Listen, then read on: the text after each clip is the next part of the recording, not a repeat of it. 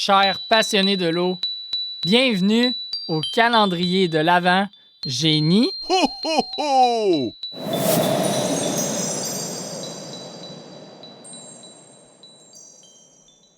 Bonjour et bienvenue à un autre épisode du calendrier de l'Avent Géniaux.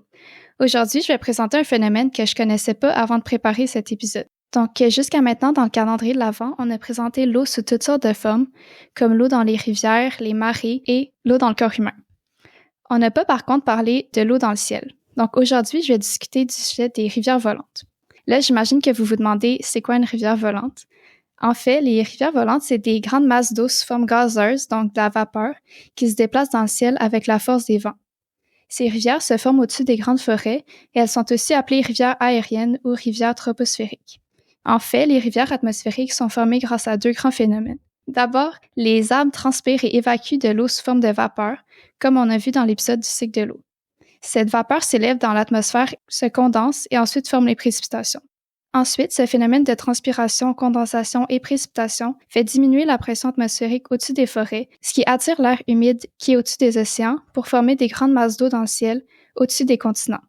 La combinaison des deux grands phénomènes crée les rivières volantes. Les rivières volantes ont beaucoup été étudiées en Amazonie, notamment par les chercheurs Antonio Nobre. Je ne sais pas si vous avez déjà remarqué, mais la forêt amazonienne est située entre l'équateur et la latitude 30 degrés sud. Et sur les autres continents, les régions qui sont à cette latitude sont désertiques. On a le désert du Kalahari sur le continent africain et le désert Outback sur le continent australien, entre autres, qui se trouvent à cette latitude.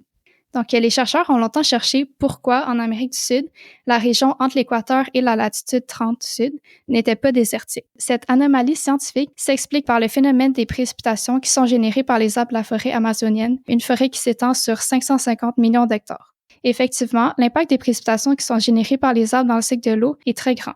Les arbres feuillus peuvent produire jusqu'à 1000 litres d'eau par jour sous forme de transpiration ou de vapeur.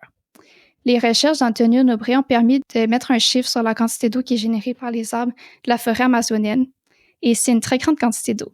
Donc, est-ce que vous avez une idée de combien d'eau est transportée par jour au-dessus de la forêt amazonienne? Puis un indice, c'est des milliards de tonnes. Oh! Ben là, Anna nous a déjà dit que, si j'ai bien compris, 1000 litres d'eau par arbre par jour. Ça me paraît énorme. C'est beaucoup J'en d'eau. pas.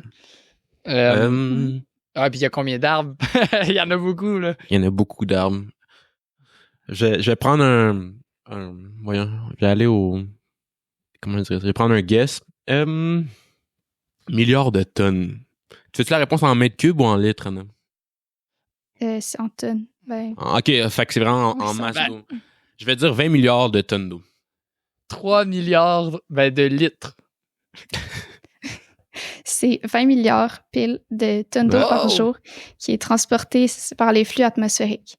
En comparaison, le fleuve Amazon, qui est le plus grand du monde, transporte 17 milliards de tonnes d'eau par jour. Donc, les rivières volantes transportent 3 milliards de tonnes d'eau de plus par jour, ce qui est pas rien. C'est vraiment grand. Le flux d'eau parcourt tout le continent sud-américain à l'est de la cordillère des Andes, qui constitue une barrière pour le flux. Les rivières volantes contribuent au cycle de l'eau avec les précipitations, l'évaporation, la condensation, puis de nouvelles précipitations et ainsi de suite.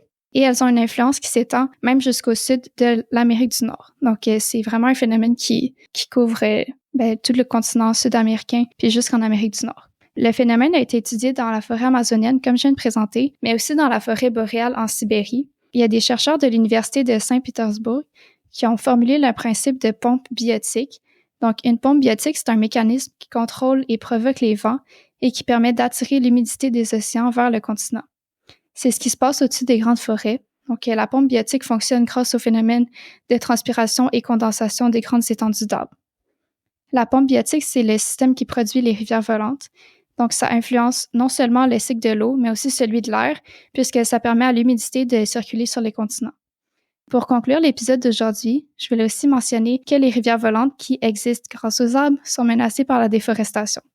La coupe massive des arbres diminue la transpiration qui est produite par ceux-ci et ça a un impact direct sur le cycle de l'eau et les précipitations dans la région.